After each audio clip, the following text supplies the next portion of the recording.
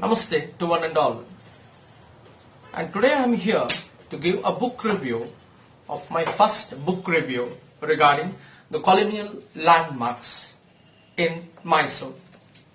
And before going to that, I would like to read out a small extract from this very book. Golden Jubilee.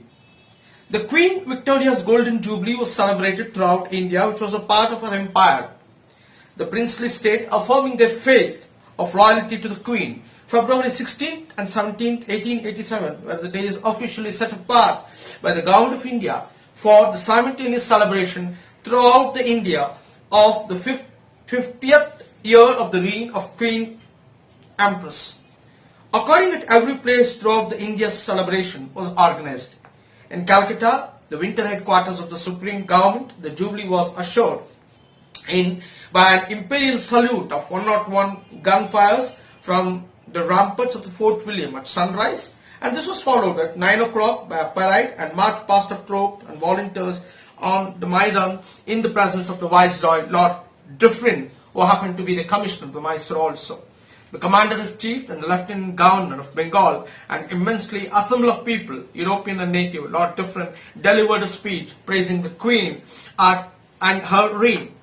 After the parade of the Viceroy, with the Countess of Dufferin, attended a special Thanksgiving service at St. Paul Cathedral for presenting to the Queen the congratulations on having entered the 50th year of her reign.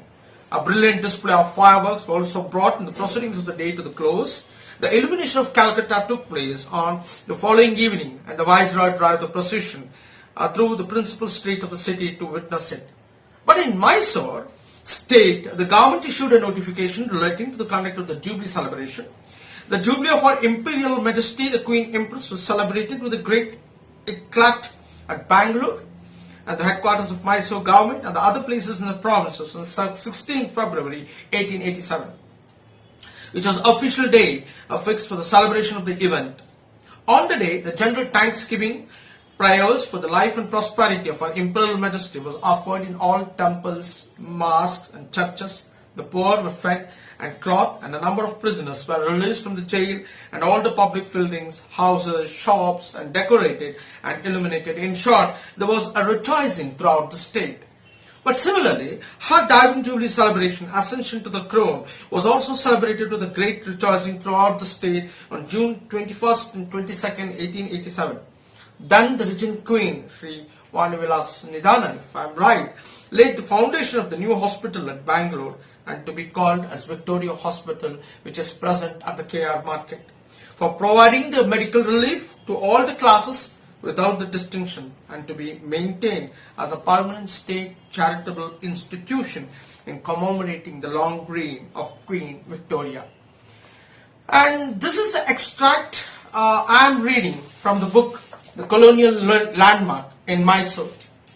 And this has been authored by Gauri Satya. It is a pen name.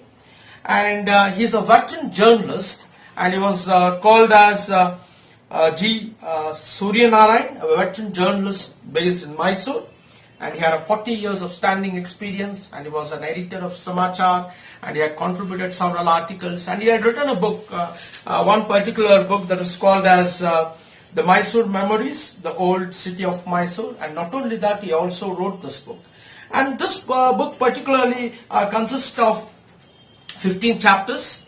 Wellington Lodge, in that Wellington Lodge, Cole's Garden, Garden Park, Jubilee Institute, Dufferin Clock Towers, Chikka Gadiara, which is locally called, Albert Victor Road, Lansdowne Building, which happens to be the famous Lansdowne Building, Egling Fountain, Curzon Park, Theobald Road, Tandi Sadak, Harding Circle, which is where we see the fountains as well as the statue of that Chamarajendra Warrior. Then Princess of Wales Road, Erwin Road and Crawford Road. But in this is well illustrated, all the colonial buildings which came up since the warrior time to the dawn of freedom movement. And not only throws a light on a landmark building, but deals with the visits of several dignitaries and recalls their contribution. And the Maharaja of Mysore accorded a royal reception to them. This book records the British personalities right from all the commissioners, viceroy, princes, kings, the future kings, and the residents. Overall, the view of Mysore state administration, which reflected the state as a model state, can also be recalled here. Another interesting aspect of the book is the book finds its place, especially in the prestigious library in San Francisco, USA. And here, USA, sometimes about this in USA, where it reflects the Mysore's past history, and this is written by author, as I've already told you, G.Suryanarayan.